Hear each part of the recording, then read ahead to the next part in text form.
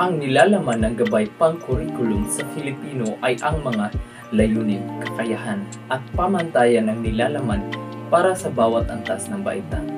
Nakasulat din doon ang mga iminumungkahing estratehiya sa pagtuturo, mga materyales sa pag-aaral, at mga pamamaraan ng pagtatasa. Pagpapaunlad ng mga kasanayan sa wika tulad ng pakikinig, pagsasalita, pagbasa, at pagsulat. Diin sa paggamit ng wikang Filipino sa komunikasyon at pagpapahayag. Pag-unlad ng mga pagpapahalaga at edukasyon ng karakter.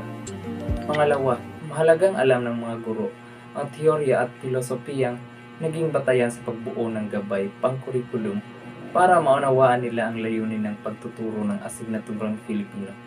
Sa pamamagitan ng pagkakaroon ng kaalaman sa mga teorya at filosofiya, mas maiintindihan ng mga guro kung bakit mahalaga ang pagtuturo ng wika at panitikan sa mga mag-aaral. Makapagdisenyo sila ng tamang estratehiya at aktibidad sa pagtuturo. Sa pagkakaroon ng kaalaman sa mga teorya at filosofiya, mas magiging epektibo ang mga guro sa pagpaplano at pagpapatupad ng mga aktibidad at estratehiya sa pagtuturo ng wika at panitikan. Pangatlo, ang konseptual na balangkas sa pagtuturo ng Filipino ay nakapokus sa mga layunin ng pagtuturo ng Filipino at saklaw ng konseptual na balangkas. Ang layunin ng pagtuturo ng Filipino ay malinang ang kakayahang komunikatibo, reflektibo o mapanuring pag-iisip at pagpapahalagang pampanitikan. Sa saklaw ng konseptual na balangkas, ang pagtuturo ng Filipino ay nakatuon sa mga sumusunod na kasanayan: pakikinig, pagsasalita, pagbasa, pagsulat, pagpapahalagang pampanitikang mapanuring, reflektibong pag-iisip, at kakayahang komunikatibo. Ang mga ito ay nakatuon sa paglinang ng isang buo at ganap na Filipino may kapaki-pakinabang na literacy. Ang konseptual na balangkas ay nagbibigay ng gabay sa pagtuturo ng Filipino sa K-12 curriculum kung saan ang mga guro ay gumagamit ng iba't ibang uri ng mga materyales at pamamaraan upang maabot ang mga layunin ng pagtuturo ng Filipino. Pang-apat, A.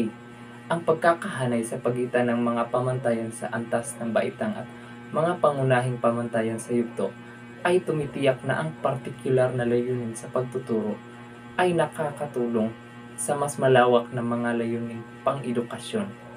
Letter B. Ang gabay sa curriculum ng Filipino 2016 ay nagbibigay ng mga pamantayan sa larangan ng pagkatuto para sa pagtuturo ng wikang Filipino na nakatutok sa pagbuo ng kakayahang makipagkomunikasyon, mapanimdim at kritikal na pag-iisip at pagpapahalagang pampanitikan. Ang pagkakahanay sa pagitan ng mga pangunahing pamantayan sa yugto at mga pamantayan sa larangan ng pag-aaral ay tumitiyak na ang mga layuning partikular sa paksa ay nakakatulong sa mas malawak na mga layuning pang-edukasyon. Letter C. Ang huling layunin ng pagtuturo ng wikang Filipino sa K-12 curriculum ay ang pagbuo ng isang buo at ganap ng Filipino na may kapaki-pakinabang na literacy o isang holistically developed and functional literate Filipino. The Curriculum Guide Filipino provides learning area program standards para sa pagtuturo ng wikang Filipino na nakatutok sa pagbuo ng communicative, competence, reflective at critical thinking at pampanitikan ng pagpapahalaga sa pangkalahatang pag-unlad ng mga mag-aaral at kanilang kahusayan sa wika. Yun lamang po at maraming salamat.